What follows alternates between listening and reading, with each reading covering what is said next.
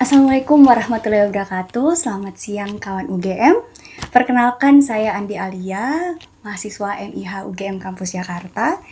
Selamat bergabung dalam acara Kita Bisa Bincang Santai bersama UGM Kampus Jakarta, yang dimana pada sesi kali ini kita berbincang dengan narasumber kita, yaitu Bapak Dr. Fadli Alfarisi SHMH. Halo Bapak, selamat siang. Ya, selamat siang. Ya, apa kabar Pak? Alhamdulillah baik. Alhamdulillah. Ya, saya sedikit akan menjelaskan profil singkat narasumber kita kali ini, yaitu beliau adalah Kepala Seksi Tindak Pidana Khusus Kejaksaan Negeri Jakarta Barat yang sudah meniti karir sejak 2010 di Kejaksaan Republik Indonesia, dan beliau juga merupakan alumni UGM untuk program Magister Ilmu Hukum dengan predikat cum laude. Dan beliau ini memiliki banyak sekali tulisan-tulisan yang sudah dipublikasi, di antaranya itu seperti pembaruan strategi pemberantasan korupsi di Indonesia, lalu ada dualisme penanganan kredit macet pada bank pemerintah antara resiko bisnis atau tindak pidana korupsi, lalu masih banyak sekali tulisan-tulisan lainnya.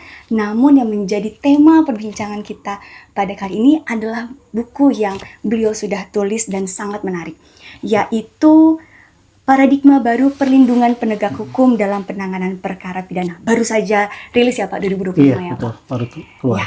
Nah, sebelum mungkin kita tanya-tanya lebih dalam ya mengenai buku ini kepada penulisnya langsung, jadi buku ini saya sedikit singgung atau bahas sedikit ya, bahwa buku ini ditulis oleh Bapak Fadli sebagai seorang penegak hukum yang jelas sudah merasakan langsung dinamika di lapangan, begitu ya Pak. Ya. Dan memang setelah sudah merasakan itu, beliau kemudian menawarkan solusi, menawarkan paradigma, konsep baru, gagasan baru berupa rekonstruksi kebijakan dalam perlindungan penegak hukum.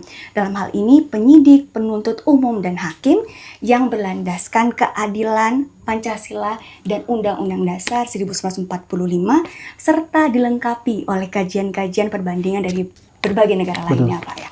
Oke, langsung saja kita tanya kepada penulisnya ya, kawan UGM. Nah, menarik sekali ini Pak, Bapak sebagai seorang jaksa, kenapa mungkin Pak Bapak kemudian tertarik untuk menulis buku ini?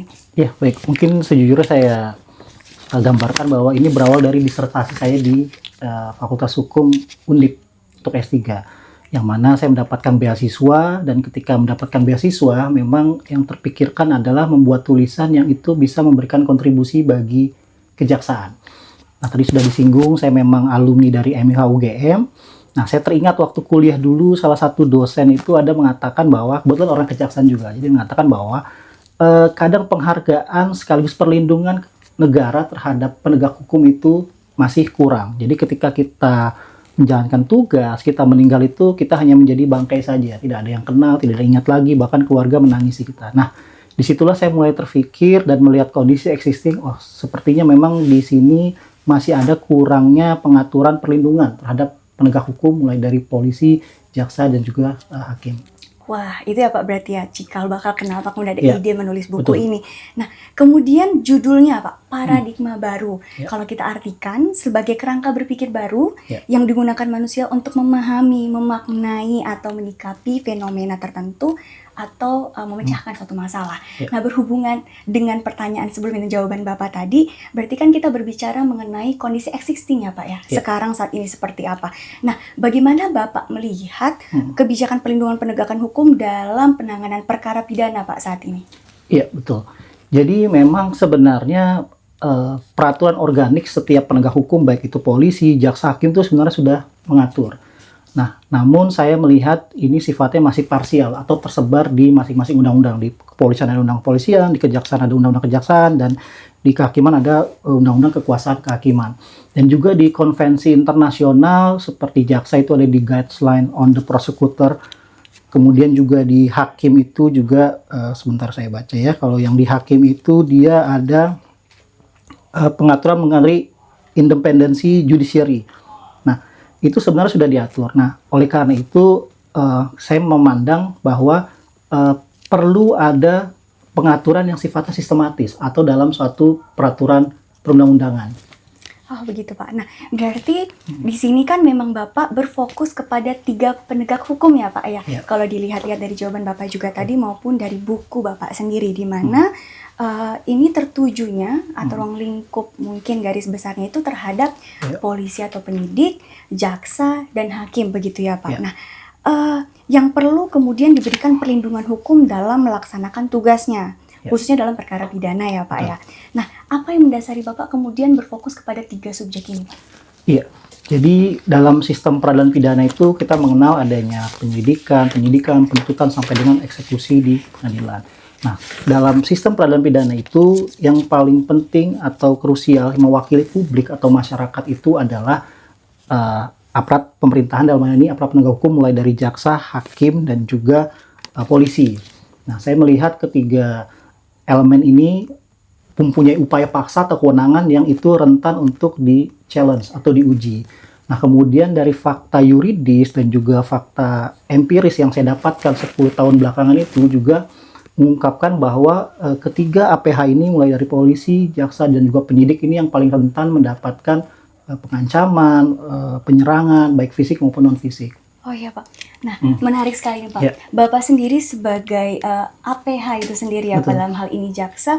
Nah, bentuk ancaman seperti apa Pak? Contohnya mungkin Bapak bisa menjelaskan kepada kami bentuk-bentuknya, lalu bagaimana kemudian APH saat ini menyikapi ancaman-ancaman ini? Karena kan Ya. paradigma baru ini ada ya Pak ya. Betul. Nah, bagaimana Pak? Karena belum ada nih paradigma. Ya, jadi mungkin saya sebelumnya. sedikit membaca ya, karena memang metode penelitian saya ini kan berawal dari disertasi ya. Jadi ini memang menggunakan survei lapangan.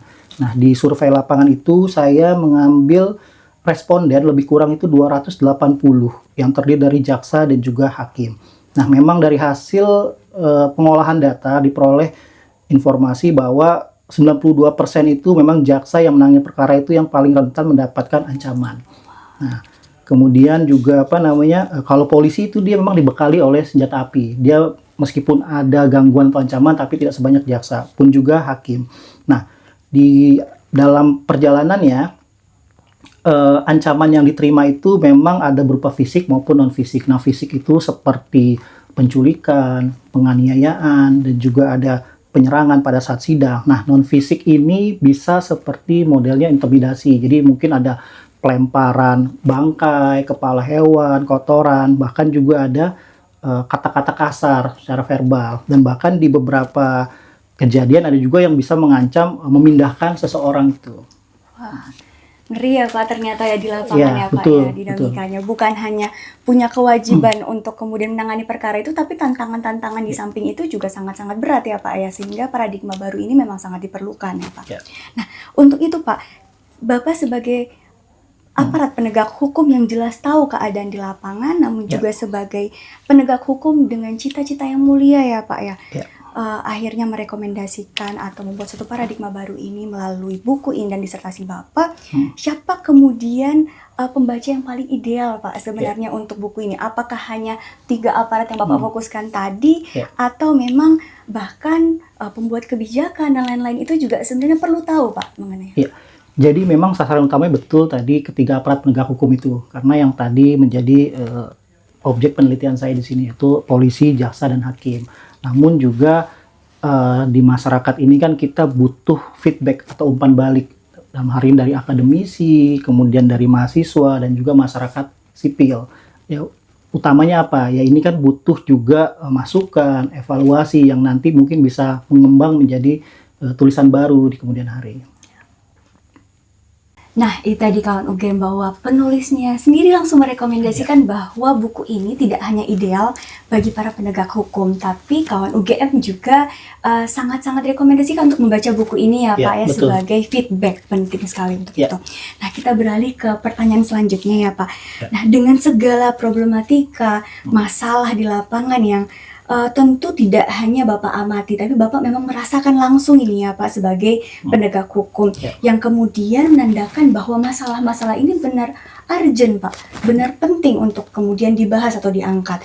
Artinya, apakah benar Pak Bapak memandang bahwa memang rekonstruksi kebijakan perlindungan penegak hukum itu dalam penanganan perkara pidana menjadi sangat penting saat ini Pak? Iya, jadi kawan UGM, rekonstruksi atau pembangunan ulang ini saya rasa urgent ini dengan beberapa pertimbangan. Jadi yang pertama itu kita bisa baca di dalam konstitusi, perlindungan terhadap orang itu merupakan hak yang dijamin oleh Undang-Undang Dasar. Nah, jadi tidak melihat profesinya, mau itu dia penegak hukum ataupun rakyat biasa, dia tetap harus diberikan perlindungan, bahkan diberikan rasa aman dari penyiksaan, penganiayaan, dan lain sebagainya. Nah, terus juga kemudian saya memandang perlu terciptanya satu payung hukum keseragaman sehingga tidak lagi terpisah-pisah di undang-undang organik para aparat penegak hukum. Dan yang terakhir, saya melihat bahwa selama ini yang menjadi fokus adalah kepada perlindungan saksi dan korban. Padahal aparat penegak hukum mulai dari jaksa, polisi, hakim yang itu menyelenggarakan peradilan itu juga menjadi komponen utama dalam penegakan hukum melalui persidangan, sehingga baik saksi, korban maupun aparat penegak hukum menjadi suatu hal yang memang harus dilindungi. Siap, Pak. Berarti memang itu menjamin pelaksanaan penanganan perkara itu menjadi lebih efektif, efisien ya, Pak ya. Betul. Bahwa penyelenggaranya juga tidak hanya korbannya yang dilindungi, seperti itu, Pak. Nah, saya akan membahas hal yang mungkin lebih kontekstual dengan para Gen Z, dan mungkin Bapak setuju dengan statement bahwa era digital saat ini tidak dapat kita bendung lagi ya, Pak ya. Begitu, kawan UGM. Nah, untuk itu bukan maksud dari buku ini bahwa penegak hukum itu dilindungi dari kritik ya Pak, tidak begitu. Namun buku ini merekomendasikan suatu desain proses penegakan hukum dengan tujuan keadilan, efektivitas penegakan hukum, dan meningkatnya suatu mutu sistem peradilan pidana, seperti itu ya Pak. Nah, berhubung dengan era digital itu sendiri Pak, kan artinya kritik-kritik ini juga banyak ya Pak di sosial media. Yang sangat marak juga, jenisnya itu sangat banyak. Nah, bagaimana kemudian membedakan Pak antara kritik publik yang sah, yang kemudian memang sehat bagi akuntabilitas dan perbaikan kinerja aparat penegak hukum di sini, dengan membedakannya itu dengan intimidasi yang dapat dianggap sebagai serangan terhadap proses penegakan hukum, Pak. Ya, betul. Jadi memang kemajuan digital saat ini ya, kawan UGM, mungkin juga banyak pengguna media sosial di sini. Jadi memang batas antara ruang dan waktu itu menjadi tidak kelihatan. Jadi kita dengan gadget kita, dengan gawai kita itu bisa dengan mudah posting status, bikin komentar, bahkan membuat video yang mengarah pada AI, yang itu bisa kita sanksikan kebenarannya. Nah, sebenarnya parameter paling utama untuk membedakan mana ini kritik yang sehat, mana ini hoax, fitnah, atau malah intimidasi, kita harus melihat pada yang disampaikan itu harus berbasis pada data. Jadi jangan sampai kita asal share, asal posting berita yang mungkin kita sendiri belum klarifikasi, atau kita sendiri belum cari sumber second opinionnya atau sumber terpercayanya. Nah, jadi paling utama tadi harus ada data. Jadi kalau asal share itu bisa mengarah pada fitnah dan juga mengarah pada hoax. Nah, kita sebagai aparat penegak hukum itu di state dalam undang-undang sebagai pejabat. Kalau hakim pejabat negara, tapi kalau polisi, jaksa sebagai polisi sebagai penyidik itu di state sebagai pejabat. Nah, konsekuensinya adalah publik itu berhak menilai. Karena apa? Kita harus memberikan pelayanan terbaik bagi mereka. Dalam hal ini penegakan hukum, pemberian rasa adil, nyaman, dan itu memang harus kita berikan. Nah, setiap kritik yang masuk harus kita anggap sebagai pemacu kita untuk bekerja lebih baik lagi. Oleh karena itu, profesional, proporsional, dan juga berintegritas menjadi kunci dalam penegakan hukum. Nah, sehingga kritik apapun itu saya rasa sepanjang kita bekerja sudah sesuai peraturan, harusnya itu adalah bagian untuk memperbaiki diri. Wah, siap Pak. Berarti memang kembali lagi, bukan berarti karena judulnya adalah perlindungan terhadap aparat penegak hukum, artinya dilindungi sampai kritik juga tidak boleh, seperti itu. Tidak ya Pak ya. Apalagi kan kita tidak bisa membatasi ya sekarang, apalagi di sosial media dan lain-lain. Nah, untuk itu Pak, apakah perlindungan hukum dalam paradigma baru yang kemudian Bapak rekomendasikan melalui tulisan Bapak ini mencakup risiko-risiko serangan-serangan intimidasi dari sosial media Pak? Karena jenisnya sangat banyak Pak, sudah ada AI dan segala macamnya. Iya, jadi memang ini tadi saya jelaskan di awal berawal dari disertasi saya, dan mungkin saya mulai disertasi itu di tahun 2020. Memang saat itu perkembangan media sosial maupun dunia digital sudah cukup masif, tapi memang belum semasif sekarang. Dan memang di saat itu saya rasa tidak banyaklah kejadian yang penyerangan melalui media sosial. Nah, maka dari itu di buku saya ini memang lebih berfokus pada penyerangan fisik, terus kemudian untuk yang non fisik itu lebih kepada pengucapan kata-kata kasar secara verbal dan juga mungkin melempar kepala hewan, bangkai dan lain sebagainya. Nah, ini belum masuk dan ini sebenarnya menjadi tantangan juga bagi saya sebagai penulis mungkin untuk mengembangkan di buku kedua, dan juga mungkin bagi kawan UGM yang sedang menyusun tesis juga mungkin menjadi tantangan juga, ingin mengembangkan kembali apa yang sudah saya tulis. Ya Pak, jadi malah bisa memberikan ide baru ya. Betul. Bagi kawan UGM yang mungkin Betul. mau melakukan penelitian atau penelitian lebih lanjut. Betul. Bahwa dalam part-part selanjutnya itu mungkin bisa dibahas mengenai bagaimana kemudian mengenai doxing atau bahkan juga framing-framing atau hoax di luar sana, di luar daripada konteks pekerjaan atau tindakan yang dilakukan seseorang sebagai penegak hukum itu sendiri dalam perkara atau penanganan perkara pidana ya Pak. Ya, betul. Karena memang perkembangan begitu masif Mbak. Ya betul, saya sampaikan bahwa dengan adanya doxing, framing itu memang di satu sisi menjadi ketakutan bagi kita penegak hukum. Kita sudah menjalankan tugas dengan benar, tapi ternyata di framing itu tidak benar. Bahkan di Jakarta Barat pernah terjadi seperti itu. Kita masuk TikTok yang itu memang kita tidak melakukan hal seperti itu. Tapi ketika itu di-share banyak orang, di komen, seolah-olah itu menjadi sebuah kebenaran. Nah, maka dari itu bagi saya ini juga suatu bentuk intimidasi ataupun juga mengarah pada mengganggu penegakan hukum.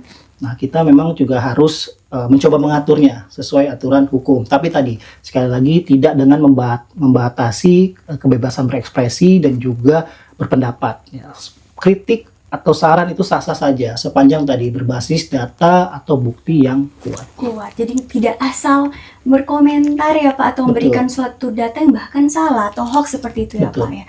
Betul sekali, hati-hati ya kawan UGM. Nah, kawan UGM perlu diketahui bahwa saya sebagai pembaca juga buku ini yang Bapak Fadli tulis. Dalam bukunya Bapak Fadli kemudian melakukan perbandingan terhadap beberapa negara-negara lainnya ya Pak. Yang menjadi penasaran ini Pak bagi saya, seperti apa sih Pak kebijakan perlindungan aparat penegak hukum di beberapa negara lainnya Pak? Dan pertanyaan lainnya Pak, apa yang menjadi kriteria kemudian Bapak, kriteria kecocokan ya Pak, kemudian Bapak pakai contoh negara ini untuk dibahas dalam buku ini, agar mungkin Indonesia tidak hanya sekedar menyalin seperti itu Pak. Jadi memang perbandingan hukum ini saya gunakan dalam penulisan buku ini, dan saya mengambil contoh itu di India, China, dan Amerika Serikat. Jadi dengan pertimbangan pertama memang sistem hukum. Jadi saya coba melihat sistem hukum yang berbeda, karena sebagaimana kita ketahui Amerika Serikat, India itu juga menganut paham atau sistem hukum Anglo-Saxon. Nah, sementara di China sendiri itu adalah sosialis. Nah, jadi saya mencoba membandingkan, dan memang untuk Indonesia sendiri ini cukup unik. Jadi kalau dulu kita mungkin belajar ilmu hukum atau belajar sistem hukum, kita mengenal adanya Eropa kontinental, Anglo-Saxon, dan seakan-akan kita harus memilih mana kita, Eropa kontinental atau Anglo-Saxon. Nah, dalam perkembangan ini sudah bercampur baur, apalagi Indonesia itu dengan kekayaan budayanya, itu juga memang tidak bisa sakral dikatakan oh ini Eropa kontinental, tidak, karena kita masih melihat adanya hukum yang hidup di masyarakat. Apalagi Indonesia juga punya ideologi Pancasila, nah itu juga melandasi pembentukan aturan hukum yang ada. Nah, memang kalau di perbandingan tiga negara itu, saya lihat China itu berfokus pada perlindungan jaksa, India hakim. Nah, sebenarnya yang paling ideal menurut saya itu adalah Amerika Serikat. Jadi dia itu ada lembaga namanya US Marshal, itu dibentuk di bawah Jaksa Agung untuk memastikan proses peradilan itu berjalan dari hulu sampai hilir itu dengan aman. Bahkan bisa sampai menyita, mengamankan alat bukti dan sebagainya. Itu benar-benar lembaga yang cukup powerful. Nah, itu ya nanti akan saya kaji apakah cocok atau tidak untuk diterapkan di Indonesia. Wah, berarti sangat lengkap ya Pak. Betul. Buku ini kawan UGM wajib baca buku ini. Nah, pertanyaan yang satu ini Pak, yang selanjutnya ini sebenarnya menjadi utama Pak, bahwa apa sih yang kemudian mau disampaikan buku ini, sehingga pertanyaannya itu solusi apa yang kemudian Bapak sebagai penulis tawarkan dalam memberikan paradigma baru perlindungan penegak hukum dalam penanganan perkara pidana Pak. Ya, jadi dalam buku ini di kesimpulan akhirnya atau solusi yang saya tawarkan itu adalah pertama, adanya pembentukan satu payung hukum atau undang-undang khusus yang memberikan perlindungan bagi aparat penegak hukum. Nah, setelah itu di dalam undang-undang tersebut saya juga ingin adanya lembaga baru. Jadi bukan berarti lembaga baru ini lembaga yang tiba-tiba muncul, tidak. Sebenarnya kita punya studi komparasi atau studi perbandingan dengan lembaga perlindungan saksi dan korban atau LPSK. Nah, dengan adanya lembaga itu, kenapa tidak dikembangkan menjadi lembaga perlindungan aparat penegak hukum, saksi, dan korban? Karena tadi yang seperti saya sampaikan, bahwa penyelenggaraan peradilan itu yang membuktikan, yang bawa alat bukti itulah aparat penegak hukum. Ya, bukan bermaksud tidak mementingkan saksi dan korban, justru itu. Di sini adalah ingin mendudukkan kesamaan bahwa saksi, korban, dan aparat penegak hukum itu sama pentingnya di muka persidangan. Wah, berarti memang Pak demi bagaimana kemudian efektivitas dan juga efisiensi penanganan perkara khususnya dalam hal ini dalam buku Bapak adalah perkara pidana, memang penegak hukum juga sebenarnya dengan ancaman yang sebelum Bapak sudah jelaskan ya Pak, sebutkan contohnya secara konkret bahwa perlu memang perlindungan karena kan memang selama ini kan perlindungan saksi dan korban ya Pak, padahal juga aparat penegak hukum bahkan sampai dicegat di jalanan dan akhirnya perkara tersebut tidak dapat disidangkan misalnya seperti itu ya Pak. Dan perlindungan inilah yang kemudian Bapak Fadli maksudkan yang bukan berarti untuk membatasi kritik-kritik ataupun hal-hal yang sebenarnya sangat-sangat baik demi perkembangan penegakan hukum itu sendiri Pak. Betul. Gitu. Nah, ini Pak menjadi pertanyaan terakhir. Sayang sekali ya kawan UGM ya. Yang kemudian kalau misalnya kawan UGM ada pertanyaan-pertanyaan lainnya bisa nanti kita susulkan lagi ya Pak. Boleh, ya. boleh. Pertanyaan terakhir ini, jika mahasiswa, praktisi muda, masyarakat atau mungkin di sini adalah kawan UGM yang menonton ini hanya dapat mengingat satu gagasan terkait episode kali ini, sesi kali ini. Pesan apa yang paling Bapak ingin sampaikan? Ya, baik. Secara umum ini mungkin menjadi closing statement dari uraian buku saya. Ya, saya ingin mengatakan bahwa muara dari penegakan hukum itu sendiri adalah memberikan ketertiban di masyarakat dan juga untuk menciptakan atau meningkatkan kesejahteraan. Nah, oleh karenanya aparat penegak hukum maupun masyarakat seyogianya itu saling bahu-membahu, saling mendukung penegakan hukum. Nah, untuk itu makanya penegak hukum itu perlu menjadi role model atau perlu meningkatkan profesionalitasnya dan juga integritasnya sehingga penegakan hukum itu berjalan sesuai aturan. Nah, pun juga masyarakat itu juga harus taat hukum, patuh terhadap hukum. Nah, jadi memang menghidupkan budaya hukum yang baik itu menurut Friedman ada dua budaya hukum yaitu internal dan eksternal. Internal itu di penegak hukumnya sendiri dan eksternal itu di masyarakatnya. Jadi ketika masyarakat itu mungkin secara pendidikan hukum sudah cukup baik, ia tidak mau mungkin diiming-imingi oleh seseorang yang punya uang kuasa untuk mengganggu penegakan hukum. Dia akan mengatakan, oh saya tidak mau uang itu karena aturannya tidak boleh. Pun juga penegak hukum, jangan sembarangan dia menerima suap. Karena apa? Secara aturan itu tidak dibenarkan. Nah, jadi keduanya ini harus berjalan guna meningkatkan atau menciptakan budaya hukum yang baik. Iya, kolaborasi berarti dan kawan UGM juga harus partisipasi dalam mendukung penegakan hukum yang sebaik mungkin ya Pak, seideal mungkin seperti itu.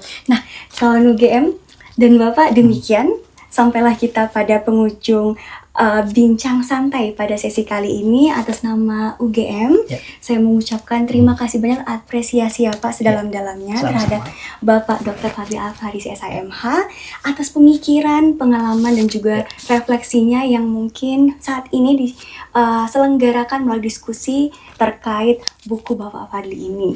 Nah, sebagai kalimat penutup, kawan-kawan UGM, semoga sesi kali ini tidak hanya memperkaya wawasan akademik kita semua, namun juga mendorong lahirnya pemahaman yang lebih mendalam tentang pentingnya perlindungan penegak hukum yang berlandaskan keadilan, integritas, kepastian hukum, dan juga kemanfaatan.